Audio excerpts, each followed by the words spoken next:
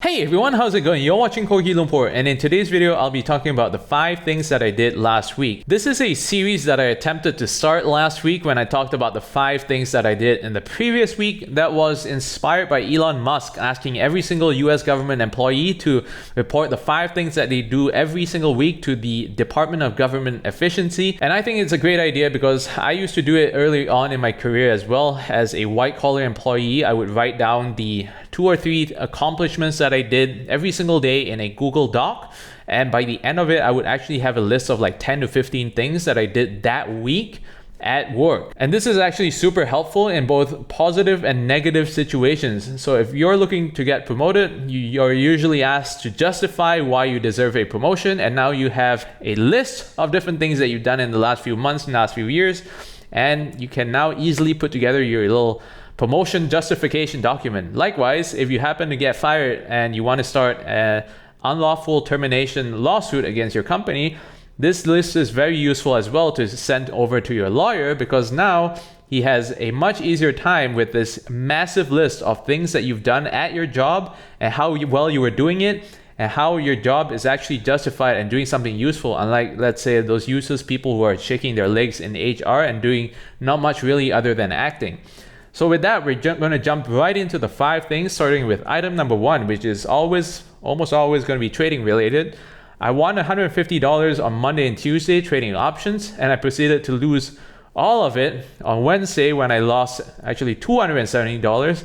I managed to trade my way back up to a minus 150 position on that day, canceling out the winnings that I got from Monday and Tuesday. That was not such a good thing because those losses were completely avoidable and were really due to over trading. And then it gets even worse because I lost another $150 on the next day, which was due to revenge trading, and that's not a good thing either. So I was net $150 down on the week last week, which is not so good for my trading journey. But if I look back in the bigger picture in the last 4 weeks, 2 to 3, sometimes 4 days every single week in the last 4 weeks have been what I call green days, where I end up with a net profit by the end of it.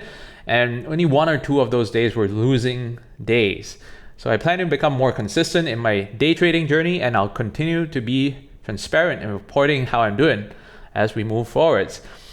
The second thing that I did was published 3 videos, and you should check out all those videos if you haven't already. I plan to make more videos in the future, but unfortunately they do take up a lot of time, and we're going to talk about also why we're going to start doing 3 things a week later on in this video. So the other thing that I did for Kogi Lumpur as well is I finally got off my ass to create a Substack, aka a proper written blog for this channel, because I've been posting a lot of this stuff, including this 5 things, right? I actually posted it over the weekend on the community notes section on YouTube. But since YouTube is a video platform and not a blogging platform, not many people read that section. So I will continue posting onto YouTube community notes, aka the post tab nowadays. But you will be able to find full-length blog posts on kogilumpur.substack.com, and I recommend you subscribe to that for my latest updates. That's where I'll be posting a lot of my thoughts as they come to my head, because I usually type all of these things down, and then I kind of try to do it like an ad-lib video based on, that at some point when I find the time to do it. I also made an X account and TikTok account for this channel. Both can be found under the username Kogi Lumpur without any spaces, underscores, dots. Just Kogi Lumpur on X and TikTok. There's nothing over there just yet, but I do plan to start posting there on the regular. I got this idea from a bunch of people that I've talked to, that I've listened to over the last couple of weeks. And I decided that it might be actually useful to have short form content to actually teach people lessons real quick, because that also helps shorten down production time, because I don't have a lot of time with the amount of shit that I have to juggle in my real life. Like I said in a previous video or 2, I don't do YouTube as my full-time job. I never plan to use YouTube as my full-time income. And frankly, I don't care if people watch these videos or not. I make these videos because I would like to say things that I would have said given a time machine to travel 20 years back to my younger self. But since I don't have that time machine available to me, I'm just sharing this advice on this channel to whoever might find it useful, in case that helps change your life for the better. The third thing that I did was I journaled my trading performance for the last 2.5 months of 2025. I wrote a bunch of things on how trading has been going. The long story short is that I used to have like 5 to 8 winning days out of every month for my NASDAQ trades, which are mostly trading options. And the rest of those, out of the 20 something weekdays every month would be losses. Nowadays, in January, February, that's changed to about 9 or 10 winning days. So about half the month is full of winning days and the other half is are losing days. And I plan to make that win rate even better, both on a macro and micro scale. So I want to increase my win rate throughout the day, as well as the number of days which end up in profit by the end of, when I decide to stop trading for the day. I also outlined some plans for the future. There is a lot of changes that I foresee coming in the next half of the year in 2025 and into 2026. There's a lot of changes that I love to talk about at this moment, but it's just not the time or relevant at this time. But yeah, I'm trying to prepare for that, and journaling my performance helps me kind of at least make sense of what I'm doing right now so that I can clear my headspace for the other kinds of shit that I have to deal with in the future.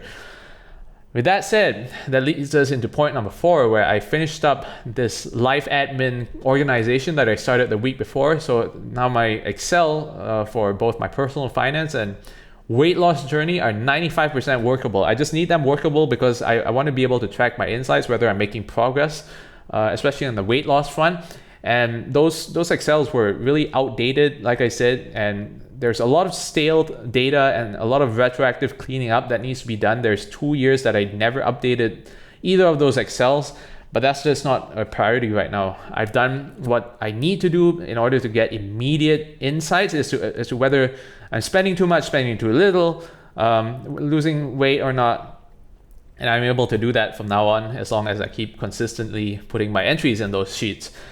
Now, that brings us to the 5th point over here. The 5th thing that I did last week was weight and health related. So it's going to be split into 2 points. The first thing is I didn't drink any coffee on Monday, which is a big accomplishment because I am a 3 to 4 cups of coffee a day kind of guy. And I just didn't feel like it last Monday, so I didn't drink any coffee, which, there's a lot of people who say that they're addicted to caffeine, that they can't do anything without caffeine.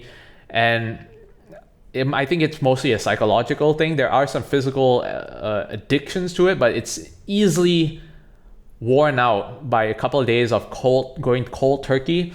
And that's exactly what I did. Personally, I'm not really affected by the lack of caffeine. I just like having a hot beverage in my hand that happens to have some coffee in it.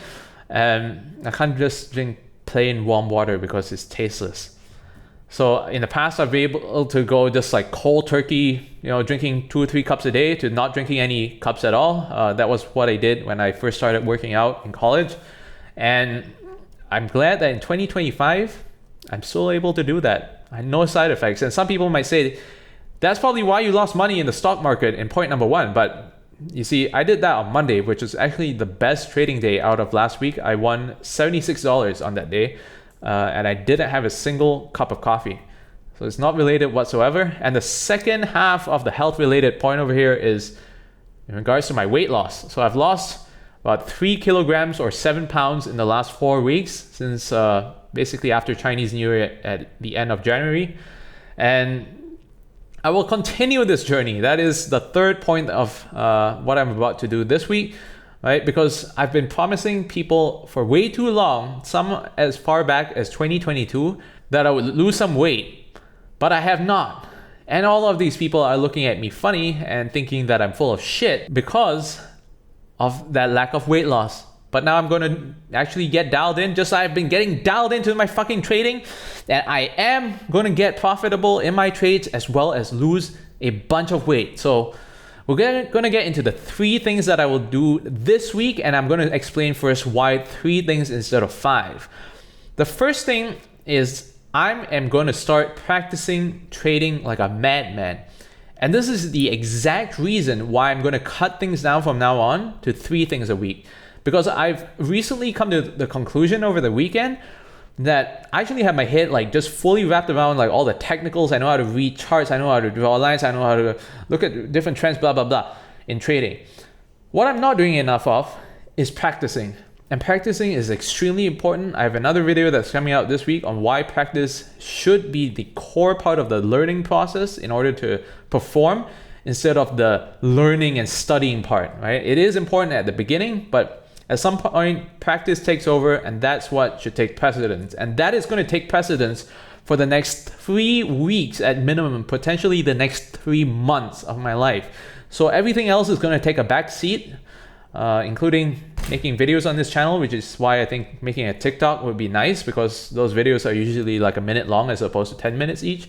But that brings us to our second point over here, which is I still will be making videos on this channel, and I do have a few topics that I would like to cover. Why practice is more important for performance than learning itself, and also some insights to expose how a lot of companies really operate, because a lot of these things are taboo and socially unacceptable and politically incorrect, blah, blah, blah, that people refuse to talk about. And one of those topics is actually going to be about how China companies really operate when they're outside of China.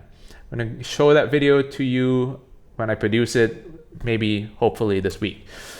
That's item number 2, and I'm going to keep making those videos, but like I said in the past, making a 10-minute video is actually an 1.5 to 2 hour process. I have to film the video, I have to go edit the video, I have to proof the video, and then I have to publish the video. And then alongside the publication, there's also the creation of all those, thumbnails, taglines, the description, the table of contents, blah, blah, blah. It takes easily 2 hours per video. And how many videos do I try to make a week? 3, 4, including these, what I did videos. That's 8 hours of my life that I could spend, practicing on trading. Now, the third thing that I want to do is lose some more weight. I have 3 more kilograms that I want to lose, or 7 pounds that I want to do by the end of this month. And after that, I want to lose another 5 kilograms on top of that. But that's past this month, longer term stuff that I'll talk about separately. But for this week, I want to be able to fast, do at least a 72-hour fast. And today's Monday, and based on my schedule, it doesn't look like it's going to be like a 72 hours straight. I might just do like a 36. I've currently been fasted for about 18 hours right now, and I'm feeling slightly hungry. And I do plan to take my next meal tomorrow, right? Tuesday morning breakfast. So that will be a 36-hour fast. It doesn't really make a huge difference to me.